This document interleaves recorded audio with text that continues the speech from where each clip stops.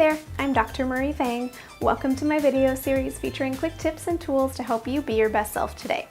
Today we're going to talk about how to apologize and do it right, because most of the time we're either not apologizing, or when we do it, we're doing it not correctly, and sometimes we're actually causing more damage than we're resolving when we apologize. So first we need to identify when is it in life that we do need to apologize.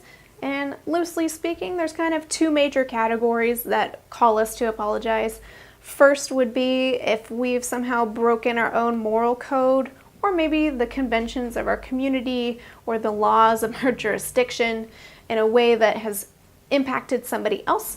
That is definitely a reason to apologize. Also, we need to not forget about the times where maybe we're not breaking any moral code, certainly not our own, but just by going about our day-to-day lives, doing things the way we normally do, we might actually hurt or offend other people.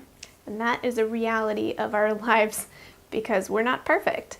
And yes, when that happens and you become aware of it, it is very important to still apologize.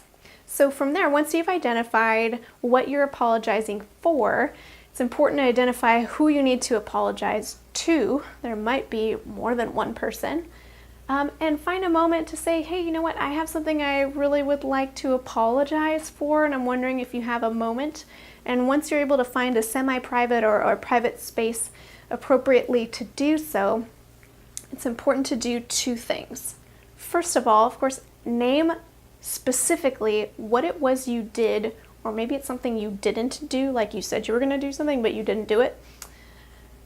Name specifically what it is. So don't say, I'm sorry I made a mistake, but say, here's exactly what I did that was incorrect or hurtful. Second, it's very important to acknowledge how that mistake affected the person you're apologizing to. So within your awareness, it might just be as simple as, I realized that the way I said that was offensive to you. And that might be as specific as you're aware. Or maybe you really know how this person might have been affected by it. And if you do, be as specific as you can to say, I realized my behavior really impacted you, right? It made you feel these ways and etc. And that could be an opportunity to invite some feedback to say, how has that affected you? Like, I realized that was hurtful, but tell me about what that's felt like for you. And that can be really helpful to rebuilding trust. One key note here, I cannot stress this enough. If you only have one takeaway from this video, let it be this.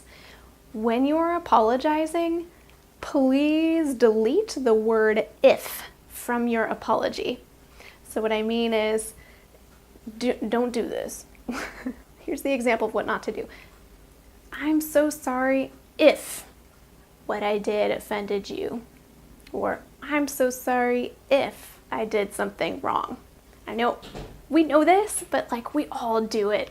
So make sure to delete the if. It kind of discounts the whole thing and makes it seem like you're really not trustworthy and not willing to take responsibility for your mistakes. So delete it. No ifs, no ands, no buts. Carry on. So from there, the convention is, once we've apologized, is to promise that we'll never do it again. But I actually think that's really damaging because we're not perfect. We make mistakes over and over again.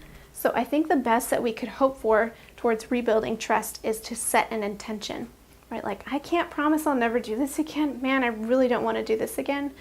But I know I need help as a human to get there. So my intention is to move in this particular direction.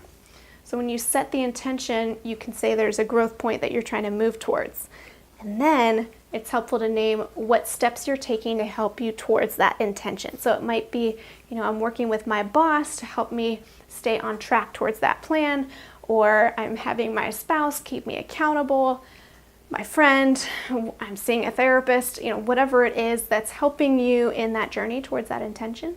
And then because you are human and you are capable of making this mistake again, it's important to make a plan together with the person you're apologizing to for what you're going to do if and when you make this mistake again, or a similar version of this mistake. so that it doesn't feel as scary to approach it again for either of you once it comes up. Because if you say, I promise it'll never happen again, and it happens again, as these things do, it makes it so much harder for the other person to bring it up or for you to acknowledge that it happened. But if you make a plan to say, hey, what are we going to do when this happens again? Are you going to confront me?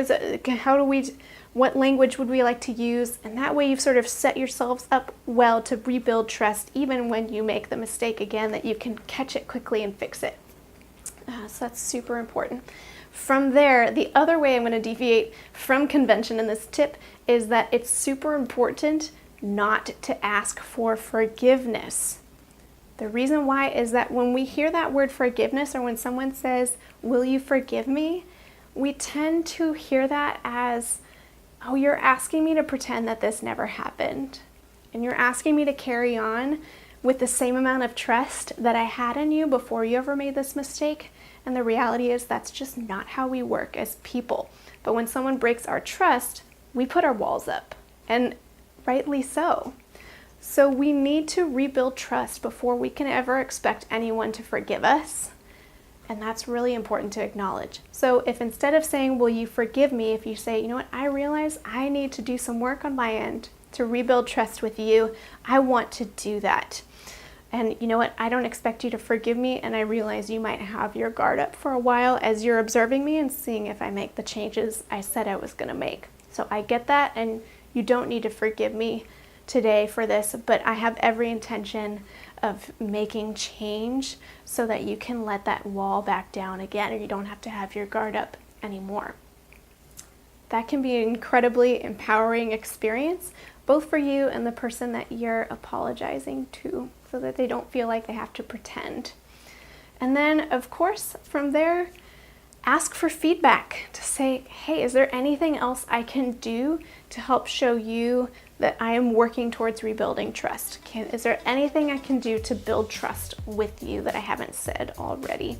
And inviting that feedback and implementing it will be so helpful to you moving forward.